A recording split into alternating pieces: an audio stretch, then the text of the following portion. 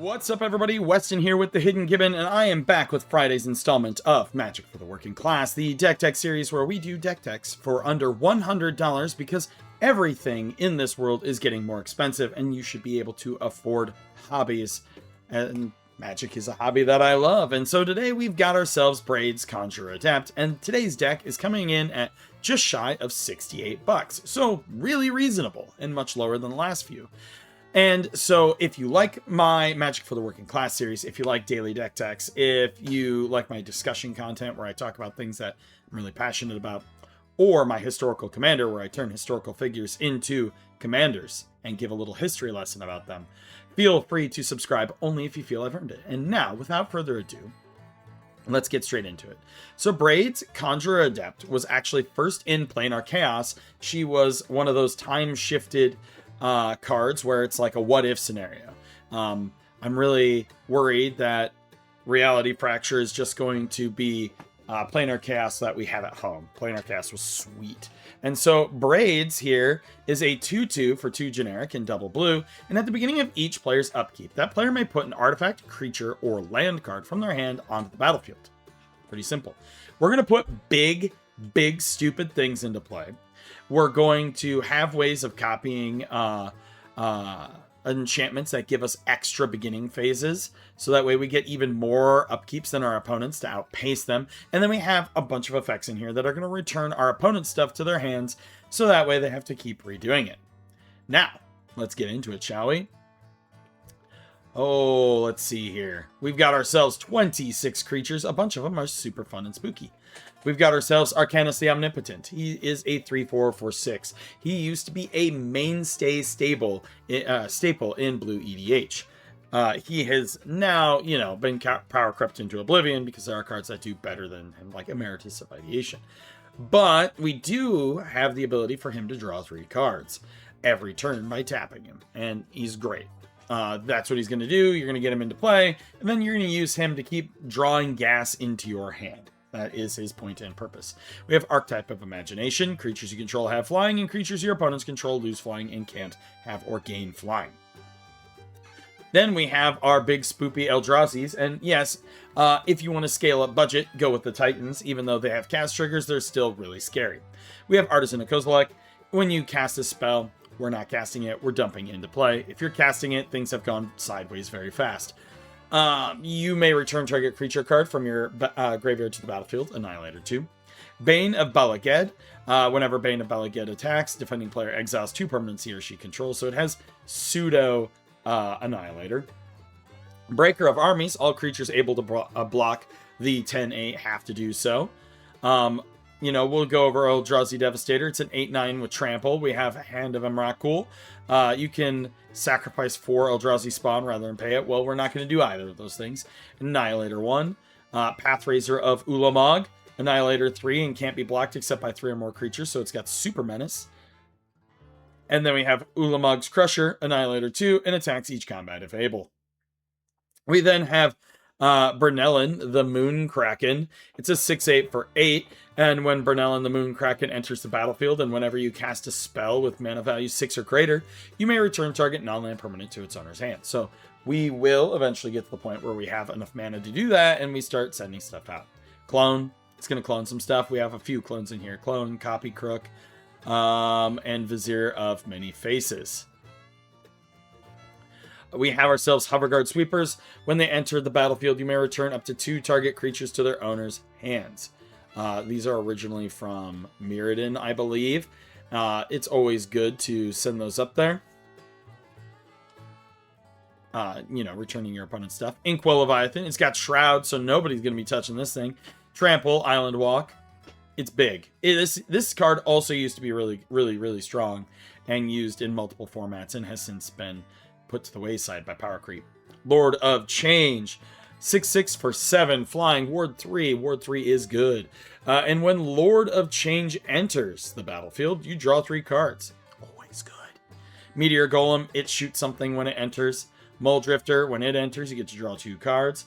Phyrexian Ingester, when it enters the battlefield, you can exile another non-token creature, exile one of your opponent's things, and then it gets +X/Y, where X is the exiled creature card's power and Y is its toughness.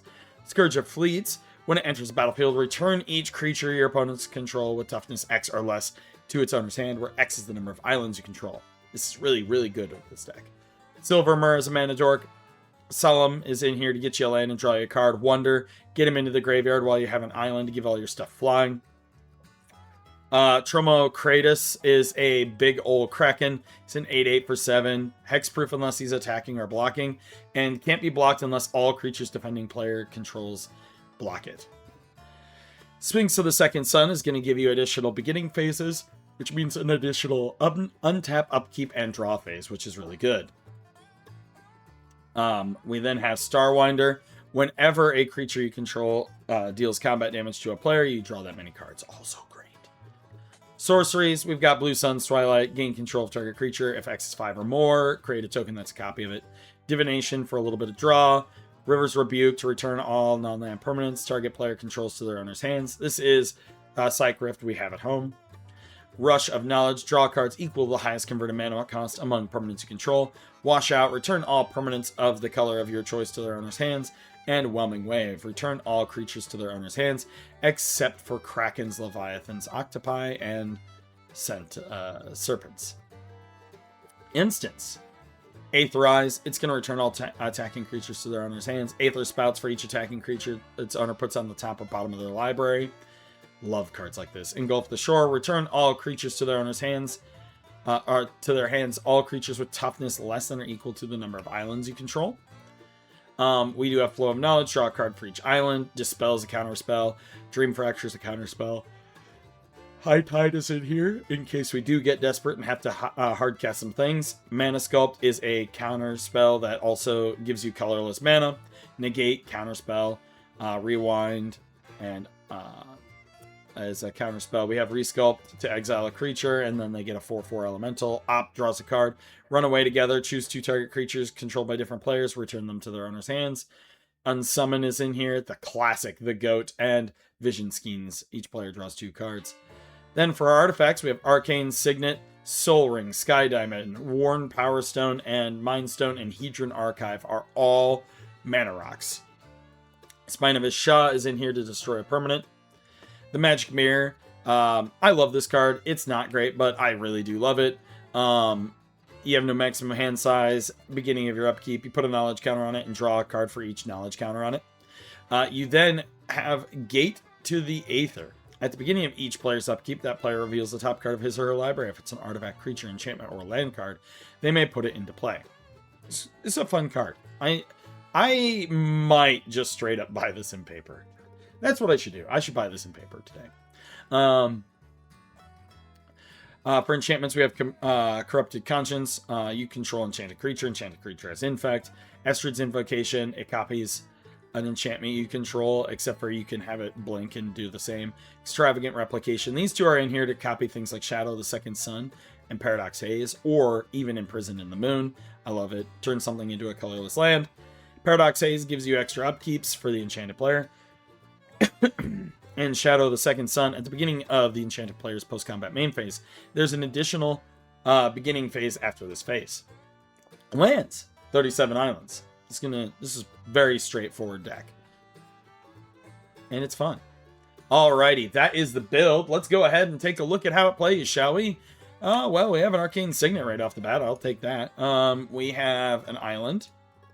Next turn, we have an island.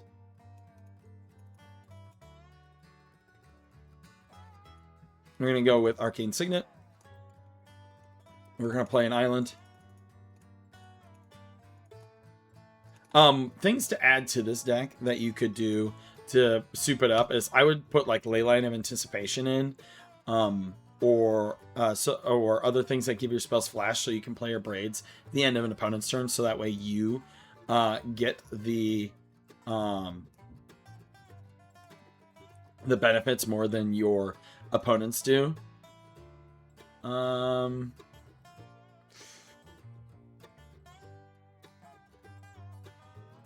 going to actually put this one into play. Return somebody's thing. And we have 5 mana we can use. I'm just going to Divination. We're going to draw 2 cards. We're going to drop this island into play. Next turn, we draw, well, before we draw, we'll put our Inkwell Leviathan into play. We put this island in. 6 is the number. Oh, actually, no. Well, we drew Starwinder. We can't put that in play. I am going to... Ooh. Swing in with this. Oh, it's a legend. That's important. Don't copy legends, friends. Yeah, we'll do that. Beginning of our next turn, we untap, upkeep. We will put Starwinder into play. And then we will draw for our turn. We're going to drop an island. 1, 2, 3, 4, 5, 6, 7. Ooh, 7, 7. I am going to clone Starwinder. Put it there. And I'm going to swing with these. We're going to say this one connects. I get to draw 7. 1, 2, 3, 4, 5, 6, 7. That's the first trigger. 1, 2, 3, 4, 5, 6, 7. That's the second trigger. We have 17 cards in hand. Can we cast something for 3 here? That is gonna... I'm gonna cast the Silvermer, and we gotta discard down to 7, right? So we'll pitch that. We'll pitch that. We'll pitch that. 12. I gotta get rid of 5 more cards. I'm gonna get rid of Copy Crook.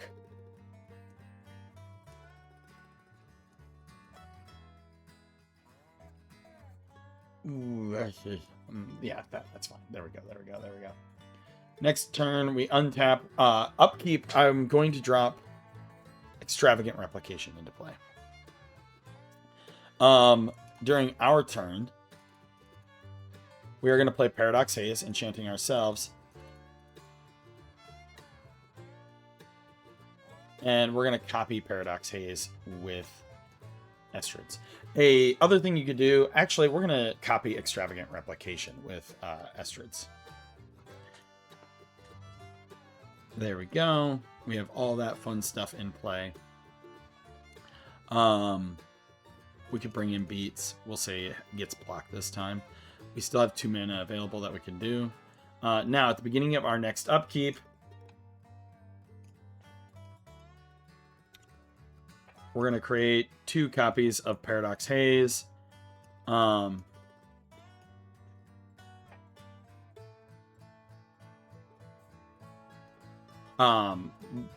And then we get our... And we also get to drop something in. We will drop in the Hover Sweepers. And then we get another upkeep phase because of the original Paradox Haze. And we will drop 2 more copies of Paradox Haze into play.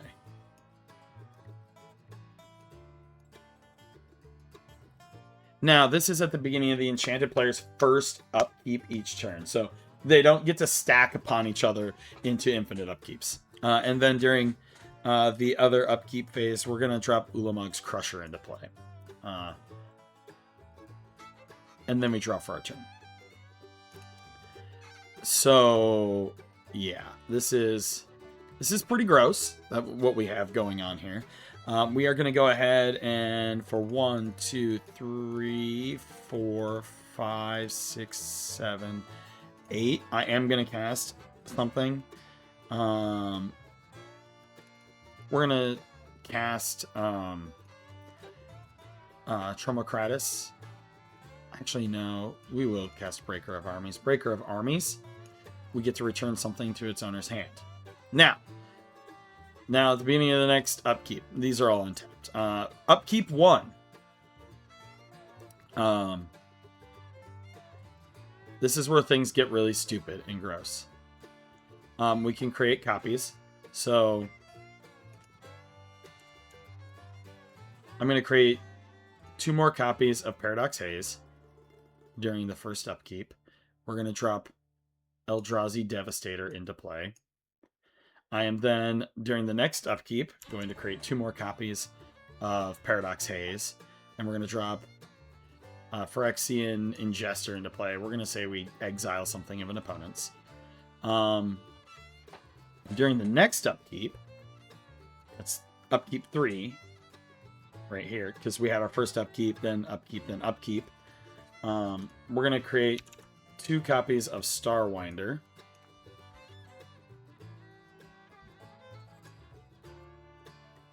And we're going to drop Tremokratus into play. So that was upkeep, upkeep, upkeep.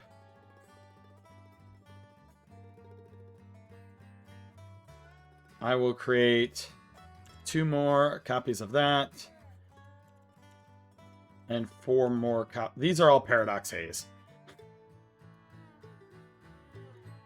Those are all Paradox Haze.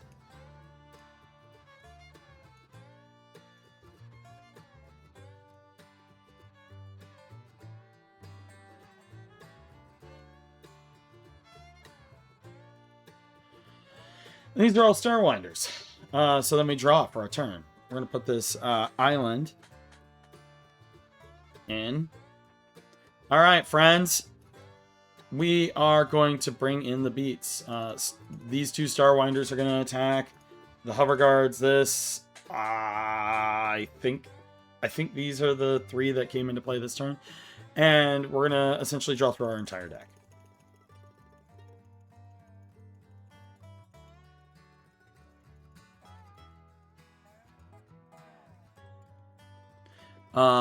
Where's the magic mirror?